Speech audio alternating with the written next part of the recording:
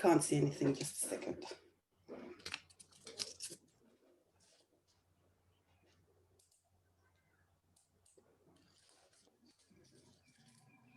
I have some problem with recording to YouTube for some reason. Just relax, it's fine. Okay, so anyway, I have started recording to the cloud. So I'll just say my thing. So hi, everybody. And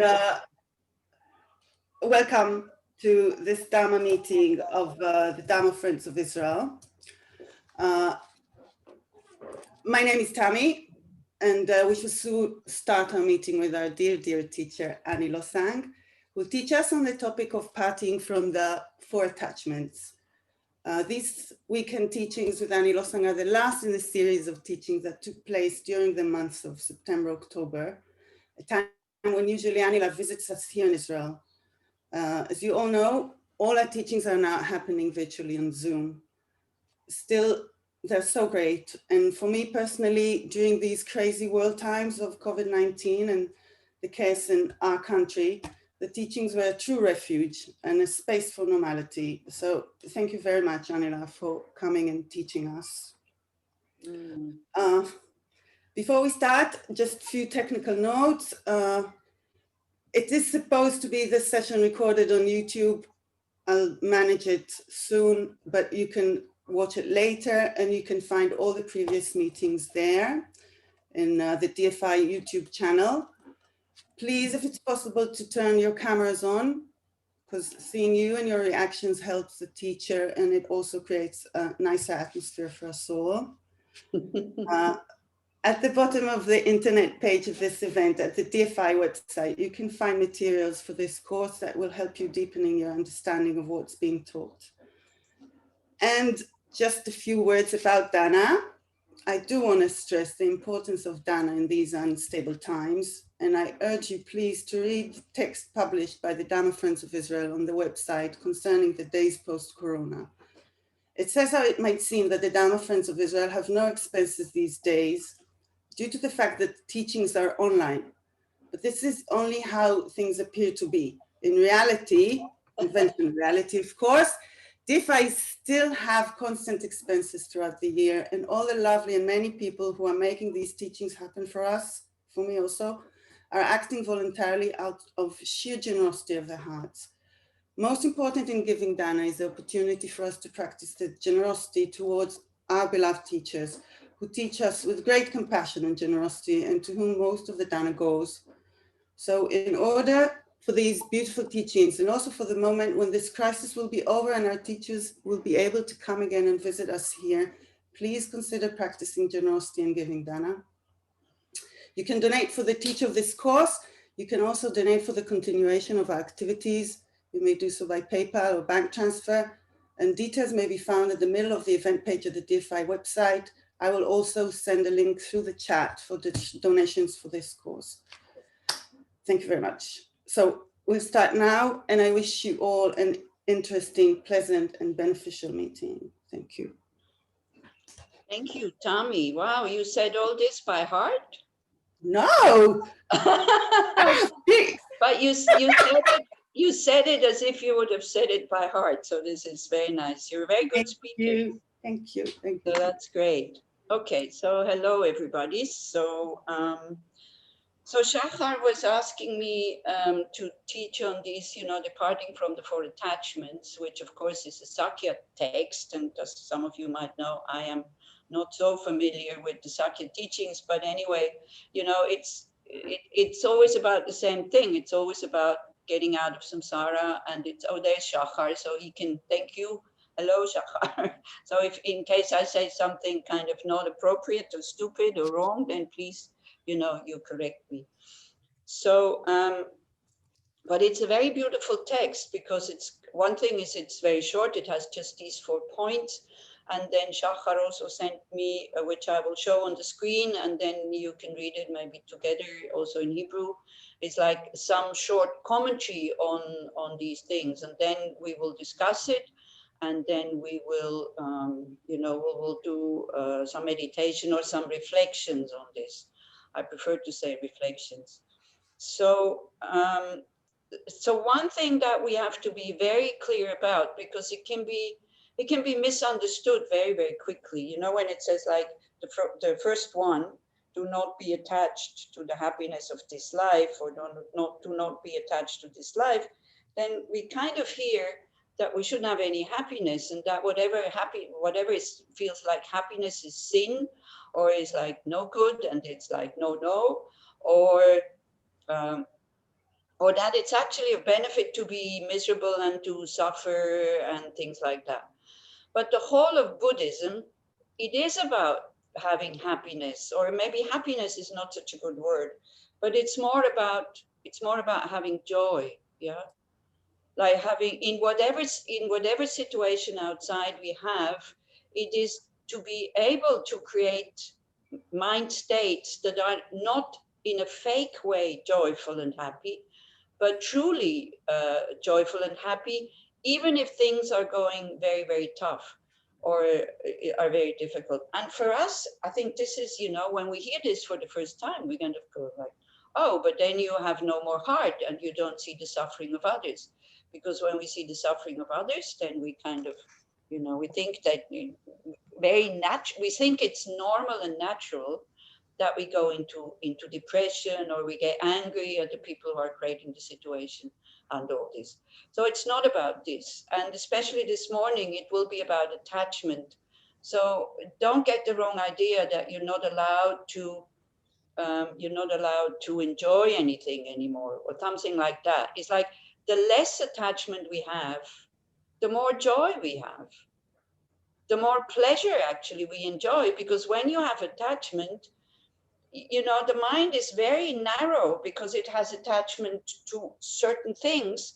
And the moment it has attachment to certain things, it starts to have aversion to the things that are opposite. Yeah. So then, in order for you to have pleasure, you need to have that object. Whereas if you have no attachment, then whatever comes, you give your mind the opportunity to enjoy it, because you haven't made up your mind yet. This is good and this is bad. So actually, letting go of attachment, it has a huge advantage that you will have so much more pleasure and so much more joy. And so when we talk about attachment, please don't get the wrong idea that this is about giving up pleasures. No, it's not about this. It's about not being attached to them. Yeah, so that the mind becomes very, very narrow. But since also this is a Buddhist course, and Shachar, he sent me some, the texts, how we start, like with, usually we call this prayers. I call it a preparation. Like it's not really a prayer. We're not praying for something. We're more setting the mind into a certain state so that we know what we want. So, and it's about, especially the first one, which is refuge. Yeah, and it's about kind of knowing where we want to go, or setting the motivation. So this can be just words, it can just go blah, blah, blah, and this and that, and we heard it many times. But these words will move your mind.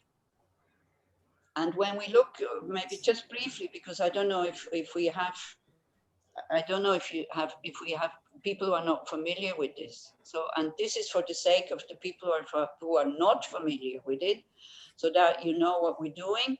And for the people who are familiar with it, maybe sometimes also it's just good to hear it again. This is supposed to move your mind.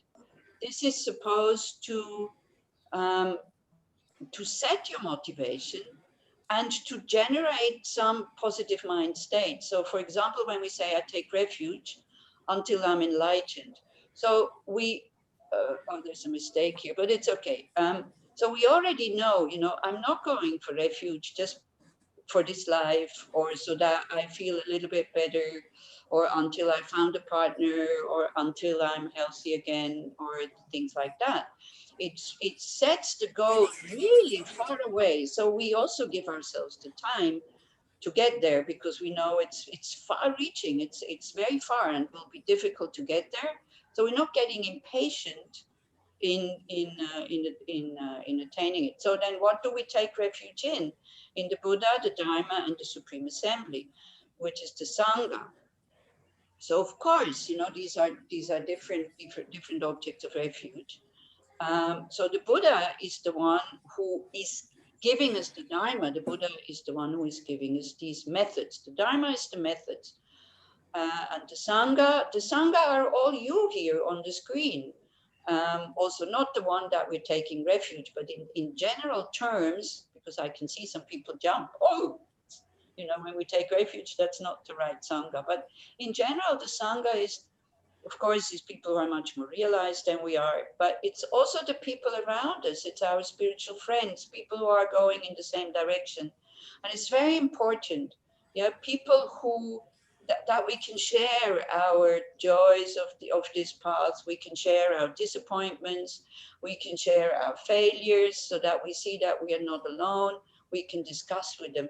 So this is why also even now, in time of Corona with the Zoom, this is why I really like these Wednesday evenings when the groups are not so big, and we can really discuss, because this is very much part of your practice, that we open up and we trust others and we see where we're having problems or where we have succeeded. And we don't have to be in the Sangha, which is really beautiful. The Sangha, in general, we don't have to be a certain way, we can really be authentic and we can open up. It's people that we can trust when you know them, and people that you feel very connected. So just thinking about people who share the same values, people who don't think you're a friar when you are, giving in, even though it would be a right to fight or whatever, when you give up these things. I mean, it's so valuable, and it really, just thinking about them just opens the heart. So actually taking refuge should be opening the heart. Yeah. So the Buddha is the mentor or the teacher. The Dharma is the methods that we have decided to apply. We are not applying them because the Buddha says so. You apply them because you see them as valid. You see them as true. You see them as, oh yeah, this is something I want to do. And as His Holiness the Dalai Lama keeps saying, very often when he has groups that maybe are not so familiar with Buddhism, when he gives his talks, he always gives a short introduction what Buddhism is. So he says, you have to feel comfortable with what you want to do, because it's not easy to do. So it's not from the head that it has to feel right. It's from the heart, or from the guts, if you want to be even further down, from deep within you. And you can only notice that when you have practiced it, when you have tried them out, and when you have seen through experience, because that's what Buddhism is, that they are valid, that they work. Yeah. And then here we have some of the methods is like, by the positive accumulation I gather. Here it says, by listening to the Dharma, by listening to the Dharma, may I attain Buddhahood in order to benefit all sentient beings. So already the heart totally opens, and we say, I'm doing this not just for me, but I'm doing this for everybody who will encounter me today, tomorrow, the coming days, the coming years, the coming lives, and so on. Yeah. So in these just few lines, you have actually, you know what you want to do, if your mind is really in it. But of course you can also just go blah blah blah blah blah. So here you have the Hebrew. So you do whatever you're familiar with it. So I suggest, if you're not familiar with it, then it's good to read it in Hebrew and to see if it moves your mind. Because you see, whenever we know, this is what Dharma also is all about, is to know clearly. Then we start to calm down and we start to relax.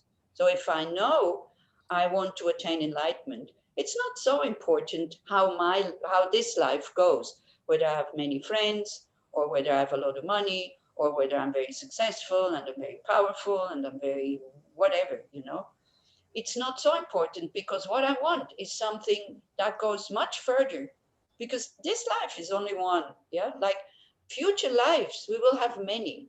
So then one already kind of concentrates a little bit on that.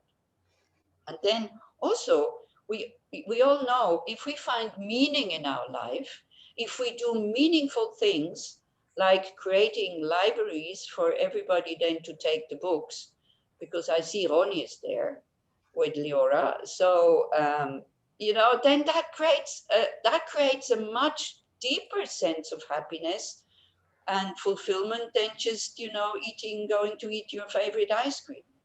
Going to eat your favorite ice cream, it's pleasant while it's on the tongue, and then there's a lot of regret or is more craving and things like that.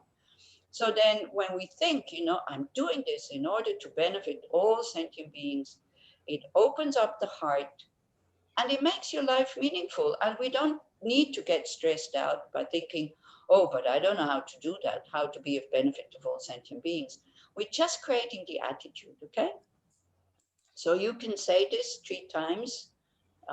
Maybe one of the Hebrew speakers, you have to open your microphone. Maybe Tommy Horowitz. So you're because since you're the boss here, so Yes, you open the microphone and you're the chant leader. So you lead people in reciting the refuge prayer in Hebrew.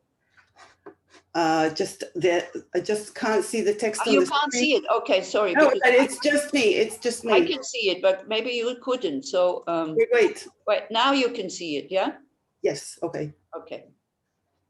So we recite it in Hebrew and then in English. No, you just recite it 3 times in Hebrew. That's fine.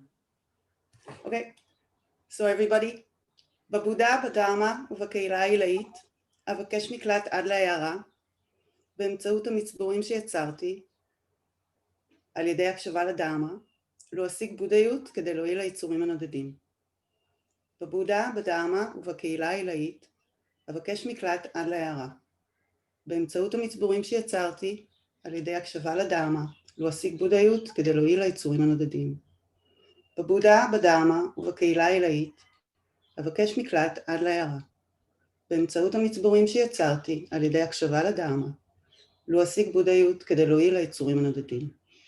Wonderful. Thank you very much. And so then here we have, then the next one is the 4 immeasurable thoughts, which are also very important because it's to open up your heart. So because we did that last time, these 4 immeasurables, so we're not spending so much time on it, but just to, again, to open up the heart, to start to trust ourselves that we have the potential to make people happy, to help them to free themselves from suffering and the causes of suffering. We have the potential to kind of show them that it's possible to attain a state which is totally free from all suffering. And we also start to see that we have the potential to ourselves to have a mind which is totally free from attachment for friends and hatred for enemies. So when you recite this, you know, then also it's very good, not just again, blah, blah, blah, blah, blah, to think, yeah, this is what I want to do. This is fantastic. I want to lead people or show them how to have happiness and the causes of happiness, because we're not becoming omnipotent as a Buddha. We can only show them the same way as the Buddha can show us now, so that it becomes very, very powerful. And this would be a good goal when all beings are happy, free from suffering, and you know, like even free from like worldly suffering, suffering of pain, and attain a state of liberation and enlightenment. And then to have equanimity, that to see that we are all equal. You know, of course, there's differences: color, skin, social status, education, country, religion, all this. But this is very, very superficial. Like 99.999%, we are all the same. We have the same bodies who need the same food, like minerals and vitamins and carbohydrates and I don't know what. You know, we all want to be happy. Nobody wants to suffer. And these are very, very important points where we are the same. Yeah. So this is why, you know, everybody should be happy. Nobody should suffer. And we should all be able to live the potential of full enlightenment. And in order to be able to do that, we need to get rid of our attachment and our kind of, you know, aversion for people we don't like. So this, do we have it in Hebrew? Yes, we do. So Tommy, again.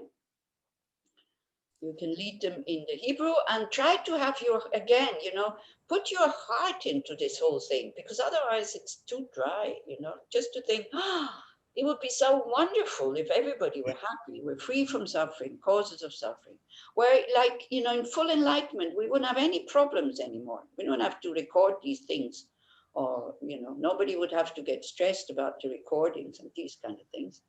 And that if everybody had equanimity, if everybody had an open heart for everybody. And when I say everybody, please, that means everybody, not them and me, which we usually do when we say this. Oh, may they be happy. May they be free from suffering, And even when we say, I will make them happy and I will lead them out of suffering, we somehow, again, separate ourselves. We make, I will lead them, me, them, okay? It's us. May all beings be happy, me included, yeah? Okay. So if you can have this kind of attitude, that would be fantastic. Okay. לו יזכו כל בעלי התודעה באושר ובגורמי האושר. לו ייפרדו כל בעלי התודעה מסבל ומגורמי הסבל. לו לעולם לא ייפרדו כל בעלי התודעה מאושר נטול כאב. לו יפתחו כל בעלי התודעה את מידת ההשתוות, ללא משוא פנים של היקשרות ושל סלידה. Thank you. And so if we have more time, or if you have more time, it's a very powerful practice, these 4 immeasurables. You can really think about these words until you feel your heart opening and transforming into love, compassion, joy, and equanimity. Okay, so this is the preparation. This is how you would usually prepare before you go into studying texts or meditation and things like that. And now, now I can't find the text anymore that Shachar sent me. Do you have it, Tommy? Because I somehow had it prepared, but then it's, here, okay, just a sec.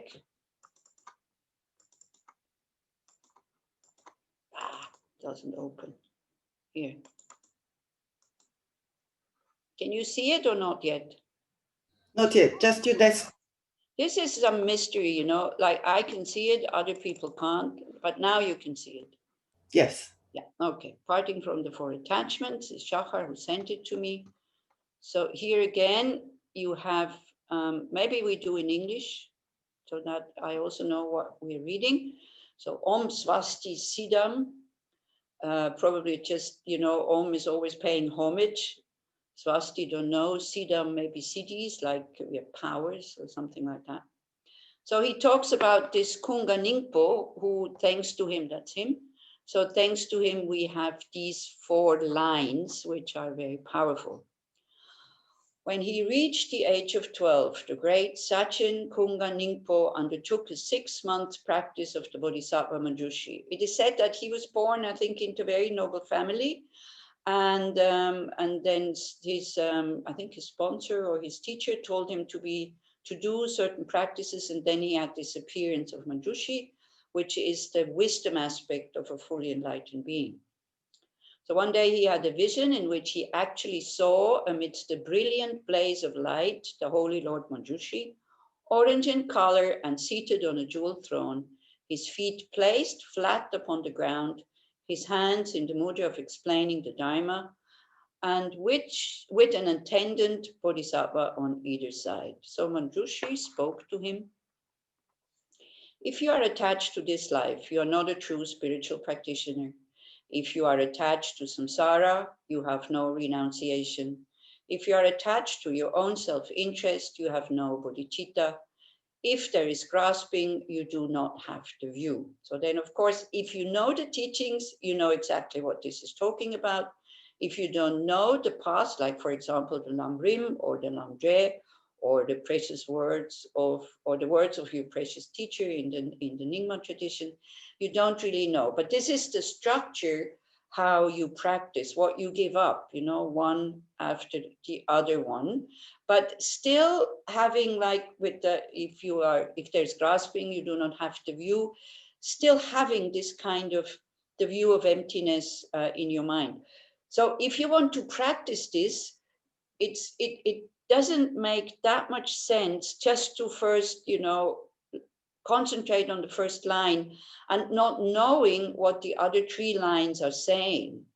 Because when you practice kind of disengaging from your life, you already need to know, at least intellectually, that there is liberation, that there is enlightenment, and why we are not enlightenment is because we have like wrong views. Yeah. And then you start really working on giving attachment to this life, because otherwise it doesn't make much sense. Yeah. So intellectually first, like studying the whole path, and then when you practice means you think about this again and again and again and again and again until your mind is going in that way. Yeah, you reflect on it, you meditate on it, about the disadvantages of being attached to this life. But if you don't know about liberation, if you don't know about enlightenment, and especially if you don't know that we have wrong views, then it doesn't make much sense, because you say, like, why should I not be attached to this life? Yeah, if you don't know there's anything better coming. So if you do know the Buddhist path, these 4 lines is enough for you to practice. If you know the path. If you don't know the path, then it won't make that much sense.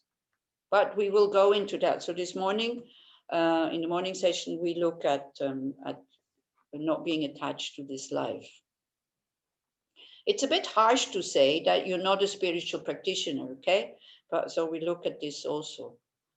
So when Sachen Kunga Ningpo examined the truth of these words, he understood that the entire practice of the path of the paramitas was condensed into training the mind in parting from these 4 attachments, and he attained a special conviction and insight into all the teachings of the Dharma.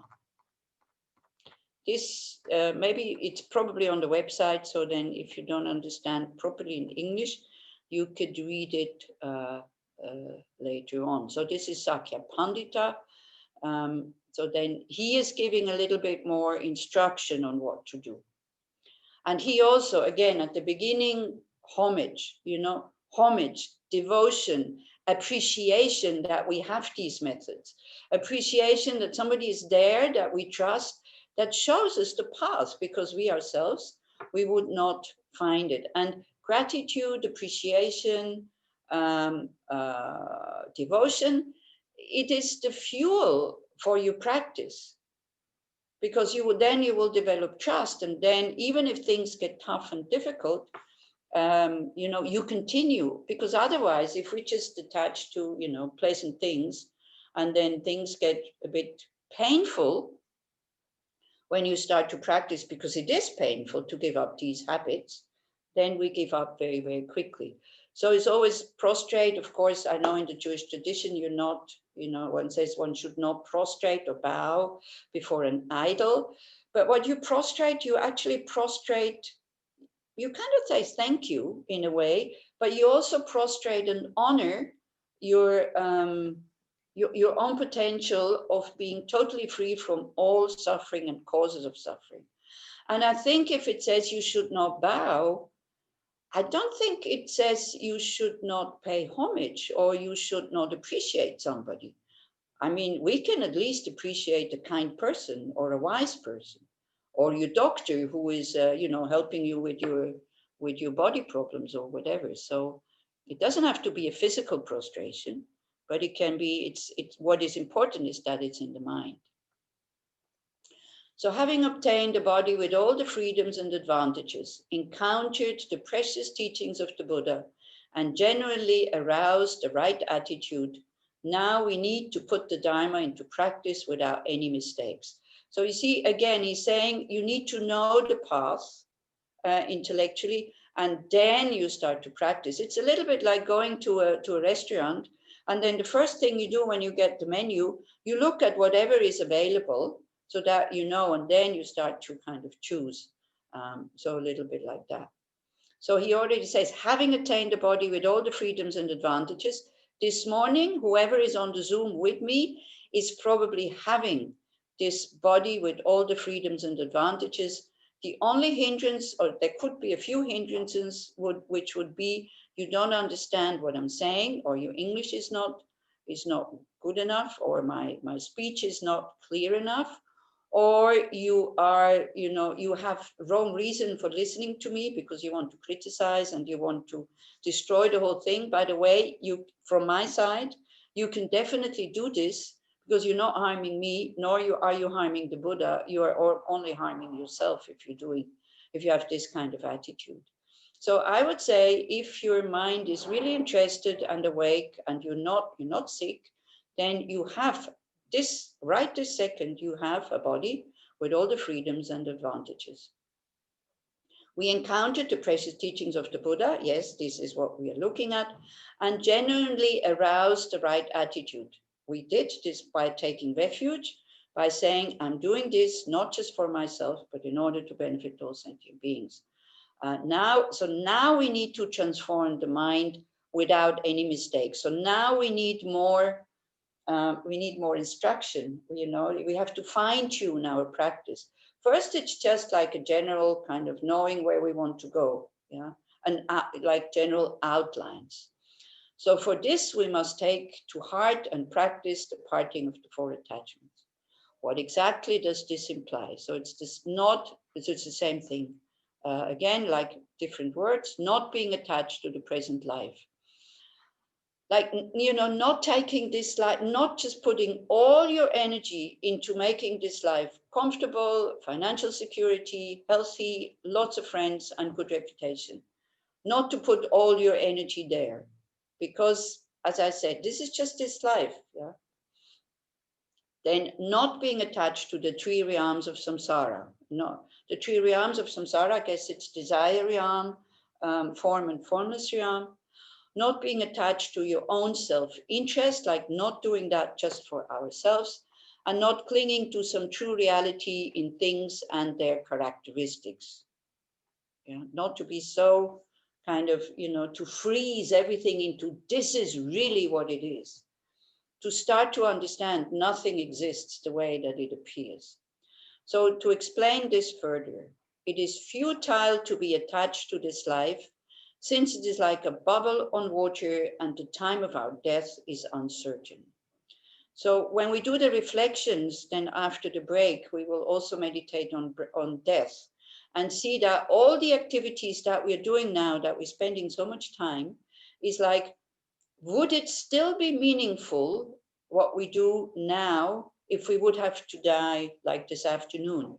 To really see in the face of death, my usual activities, would it still be meaningful? And then it's not the Buddha who is telling you yes or no, it is meaningful or not meaningful. It is you yourself who decide whether this is meaningful or not. Yeah. So then we have to think, we have to think whatever we are building up in this life, and wherever we put our refuge and our happiness in this life in general, it is these, it's these, what is called the 8 worldly concerns. We are trying as much as possible to avoid discomfort, loss, bad reputation, and kind of not being acknowledged or liked by people. And we put a lot of effort into having comfort, having like gaining things, like not losing them, having a good reputation, or receiving praise and things like that. So then we see, but this is only for this life. How much of this can I take to my next life? We start to really understand, what am I taking to my next life? Is my karmic imprints, which come from my actions. No matter how many friends you had, no matter how good your reputation was, no matter how many awards you got in this life, none of it you can take to your next life. Yeah. The only thing we're taking to our next life is our constructive actions when we were concerned about the happiness of others, or our own happiness by having ethical conduct. And we only do this, we only let go of the happiness of this life when we include death in our living. That we start to see, okay, I will have to leave. Will it still be meaningful?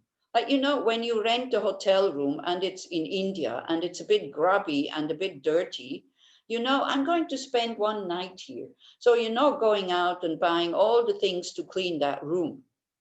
Okay, because you understand soon enough I'll have to leave it. Well, maybe, you know, I always had some cloth with me in India, so at least I could get rid of the biggest dirt.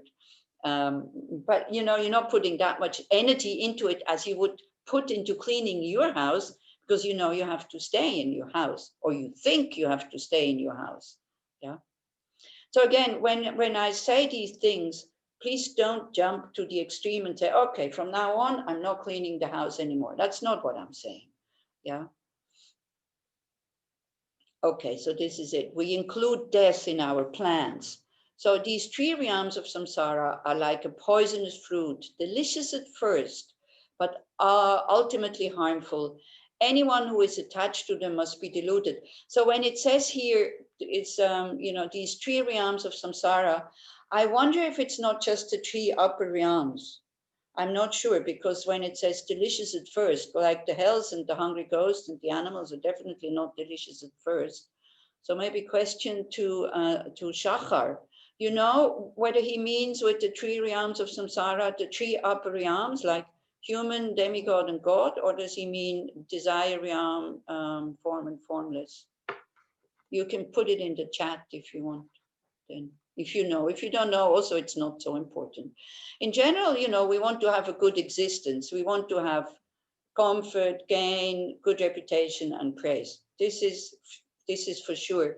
And it seems like it is just, you know, it seems that it is good. Yeah, it's delicious at first when we get these things, but ultimately they're harmful. Why? Because we're getting attached to them.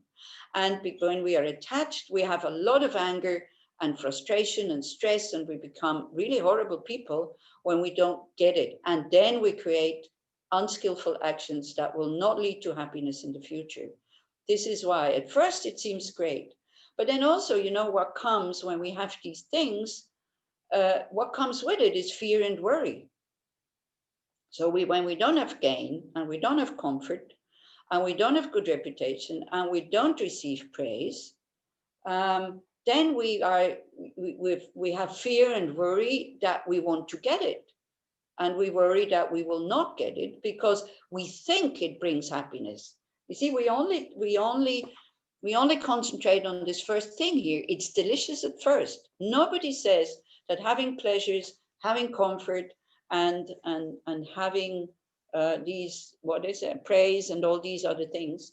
Nobody says that it's unpleasant. It is very pleasant. Yeah.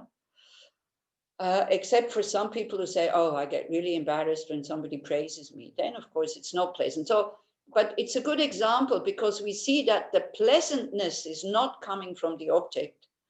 The pleasantness is coming from your mind because it's positive karma ripening. But in general, when we have these things, it's delicious at first. And we will do the reflection on this. But very quickly, we start to worry. See, if you have nothing, you don't need to worry about losing something. Yeah, but you will have to worry about how to get it. So there's whether you have it or whether you don't have it, you worry and you are stressed. Okay, first, but anyone who is attached to them must be deluded because we think that the pleasant feeling is coming from the object. So when you study karma, then you know that this is not true. The pleasant feeling is coming from my view about the object and the relationship I have with this object. Yeah, then it's a pleasant, it's a pleasant feeling. I mean, it's really interesting to see. So somebody is a chat. The desire realm, the form realm, the formless realm. Okay, Benny, thank you very much. It could be the other three also, because the desire realm also has the, thank you, Benny, because the desire realm also has the, has hell and you know, the lower states, which are, they're definitely not delicious like at first. They are suffering from the beginning. So it could mean just the three upper ones, like human rebirth, or the rebirth as a demigod or a god. Why we are deluded? Because we project that the happiness is coming from there. If the happiness would be coming from the object, I should experience the same happy feeling on making contact with the object. That is not true. We can definitely see that. And if I like this object, everybody else should like this object. Yeah. So it's depending on a lot of factors and conditions whether that object produces a pleasant feeling in me or an unpleasant sensation. And it's the object has a role in it. I'm not saying it's not important. The object has a role in it, but it's just the basis. It is not the cause for the pleasant feeling. Then attachment, where is it? Attachment to your own self-interest is like nurturing the child of an enemy. It may bring joy at first, but in the end only leads to ruin. Just so attachment to your own welfare brings happiness in the short term, of course, but eventually leads us to the low realms. This we'll do tomorrow. This afternoon we do like the renunciation to samsara. So this is why I'm going here a little bit faster. So clinging to true existence, this we'll do tomorrow afternoon, in things and their characteristic is like perceiving water in a mirage. For a moment, it looks like water, but there is nothing there to drink. The samsaric existence does not appear to the deluded mind. Yet when it is examined with discriminating awareness, nothing at all is found to have any intrinsic existence. And here again, I am referring you to Geshe-ma, who can explain this in a much better way than I do. But anyway, I'll try tomorrow afternoon. And you can ask questions. But please, not philosophical questions. You can ask them to Geshe-ma about 4 schools and stuff. So having come to an understanding where your mind does not dwell in the past, the future, or the present, this would be meditation, you should recognize all phenomena as naturally free from any conceptual complexity. This is how we get to understand emptiness when we directly. So if you act in this way, by relinquishing attachment to this life, there will be no more rebirth in the lower realms. By relinquishing attachment to the 3 realms of samsara, there will be no more rebirth in samsaric existence. By relinquishing attachment to your own self-interest, there will be no more rebirth as a Shavaka or Pratyeka Buddha. This is meaning going into your own individual nirvana. But it is not saying that this is not a good goal. So be careful. The Buddha taught both vehicles. The Pali tradition, where the goal is your own self-liberation, and then the Sanskrit tradition, where one becomes a bodhisattva and keeps coming back until everybody is liberated. So both of them are legal. Both of these vehicles have have a right to be there. Yeah. So you decide which vehicle you want to go in. Then finally, through abandoning any clinging to reality in things and their characteristics, you will swiftly attain complete and perfect Buddhahood. Because without this, even if you have a very good heart and you have perfect conventional bodhicitta and practicing the 5 perfections, or let's say the 4, because with meditation and wisdom maybe also comes, then you will still be somehow in very good states like very high rebirth, but still in samsara. So this is the Hebrew. Again, if you're interested, you can read it in the break. And so we come to Tetsun Dragpa Gyaltsen, and he gives us more instructions and more commentaries. So it's very skillfully built up this. So first you have the essence, then you have some instructions, but a little bit more. And here you have even more. Because if you're not interested in already the essence, then you will have no interest in, then it's just boring to listen to the commentaries. When you're not curious, what are these 4 lines? What do they really mean? So he says, again, homage, the mind who appreciates, the mind who is devoted, the mind who feels gratitude for having these instructions, just hearing them. Gosh, it is so valuable. And also the Buddha Dharma, it's just difficult to practice it. It's not so incredibly difficult to understand, except for emptiness. But the rest, it's easy to understand. Unskillful actions bring suffering. And these unskillful actions are killing, stealing, sexual misconduct, lying, slander, harsh words and gossip, and having covetousness and how to say, unkind thoughts and wrong views. It's easy to understand. I mean, you know, we all know what killing is. We all know what stealing is. We don't know. We don't need to go to university to be able to understand these things. So devotion, as I say, it puts oil into the, you know, into something that is creaky and is not working. A machine who doesn't have oil, you know, your bicycle, if it doesn't have oil in the chain, it's very difficult to go. So the devotion to the teachings, but especially to the teachers, I'm not talking about me, but I'm talking about realized beings, you know, it's really making your paths very, very smooth, because then you have a wish to imitate them. The more you are devoted to them, not attached, like not, you know, following them around and you need a lot of attention to them, but happy seeing them, you know, happy hearing them, happy hearing the teachings. I'm starting to having tears in my eyes, you know, when I start thinking about my teachers. I am so moved, and I'm so moved to have contact with them. Yeah. And that, like, beings like this one, Dragpa Gyaltsen, probably, you know, he manifests again and again and again and again in human form, so that we can have this open heart and this happiness and this inspiration when we see them. So homage is really important. As, you know, arrogant Westerners, which can find everything on the Google, we think it's not necessary to honor some living beings anymore. But don't forget, everything that is written on the Google has been put there by living beings. So homage, O Master, with all your kindness, Yidam, deity, with your compassion. In you I take refuge from the depths of my heart. Grant me your blessings, I pray. So then he promises to compose so that he doesn't finish before he did it. Behavior that goes against the Dharma must be stopped. And so in order to practice the Dharma correctly, here's the instruction on parting from the 4 attachments, which now I shall offer to your ears. If you're attached to this life, you're not a true spiritual practitioner. And here the word true is important, okay? If you are attached to samsara, you have no renunciation. If you're attached to your own self-interest, you have no bodhicitta. If there is grasping, you do not have the view. So we just look at the first one, and then we do some reflection on this after the break. So the first step is to relinquish attachment to this life.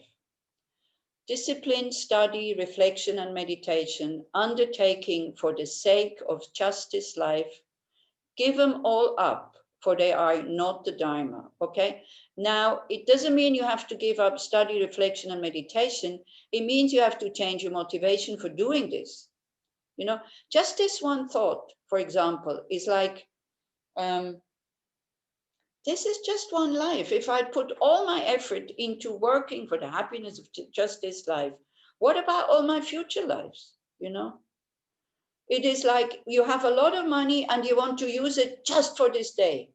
And all the other days you don't care. Nobody would do that, because we seem to have a certainty that we continue to live next day. So the money, you know, we spend some today, but we also keep for the future. So the discipline, study, reflection, and meditation, you keep it up, but not for the happiness of this life, but in order to create some, also to be able to take it with you to your next lives. Give them all up, or if they're not Dharma, but the attachment to it, or, you know, the motivation to do it for this life. And the motivation to do it for this life, this we have. You know, we all want to be happy, but unfortunately we only think about this life.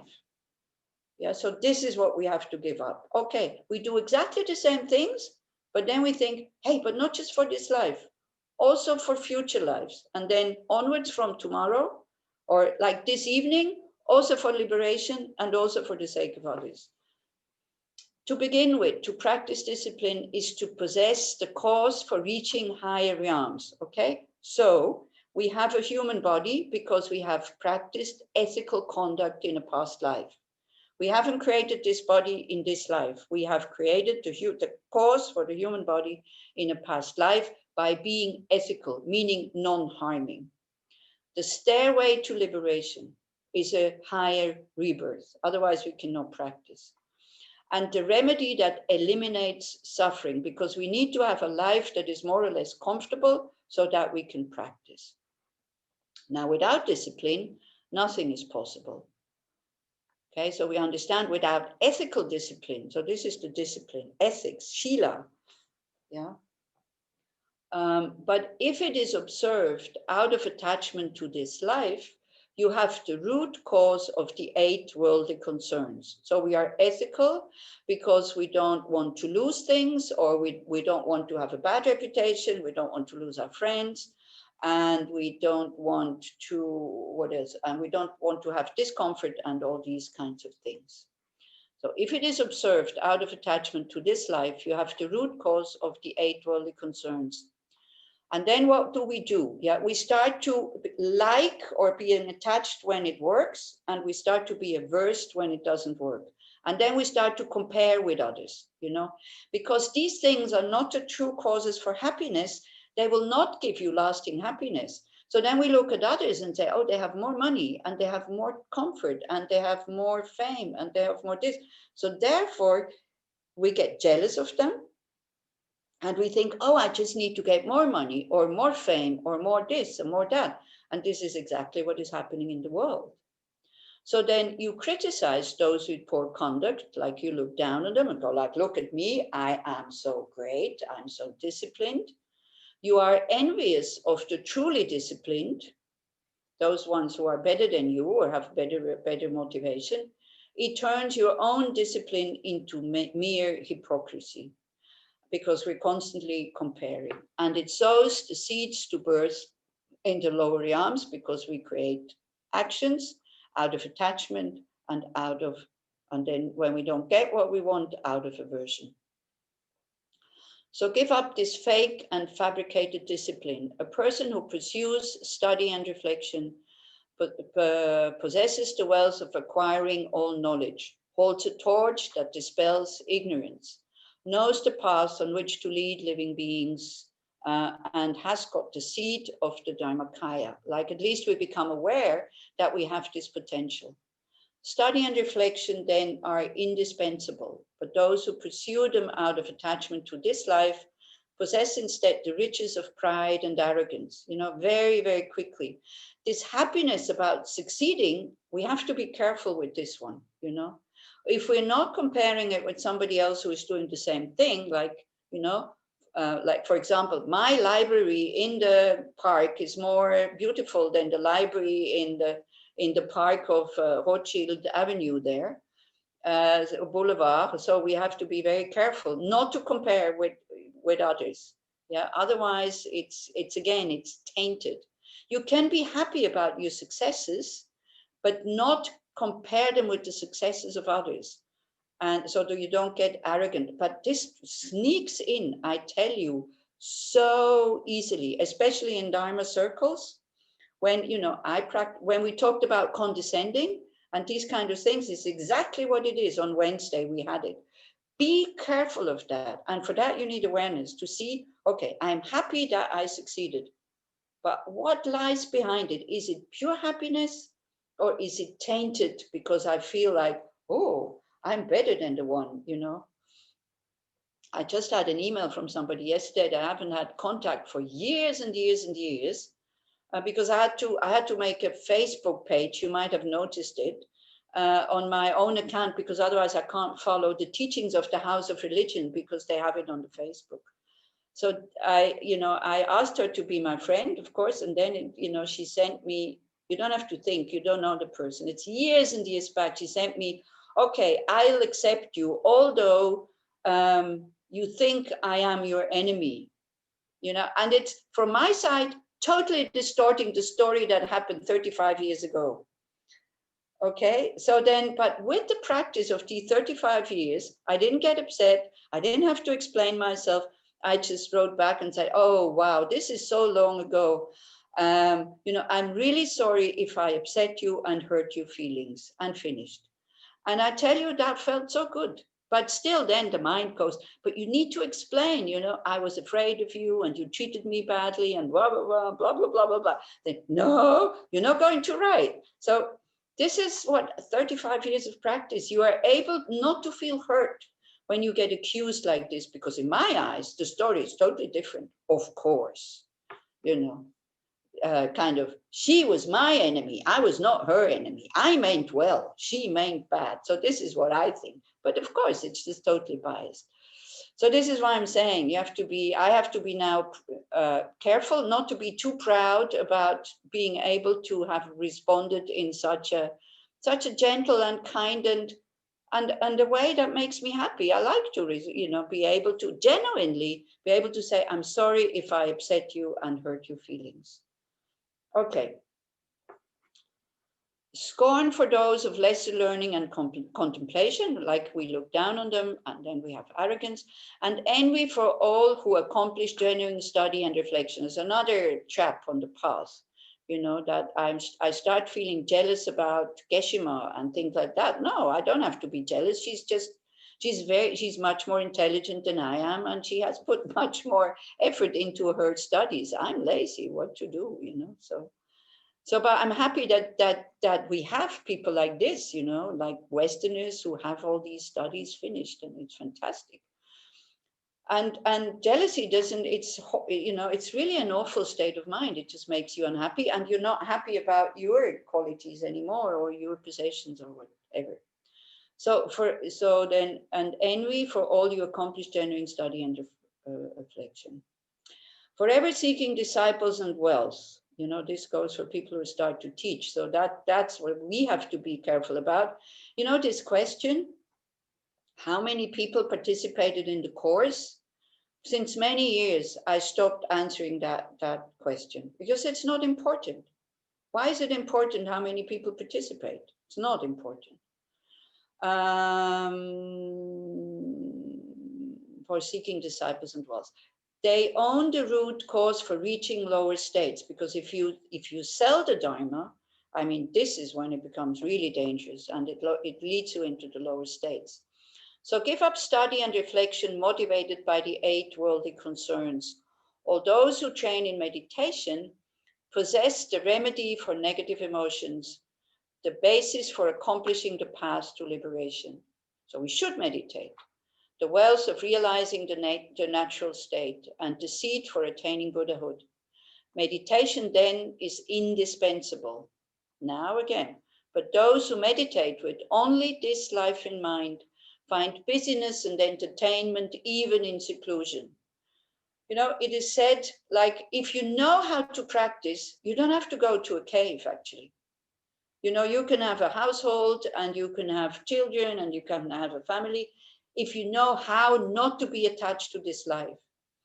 If you are attached to this life and you go to the cave and you do a 3-year retreat because you want happiness in this life, well, then it's not worthwhile going there.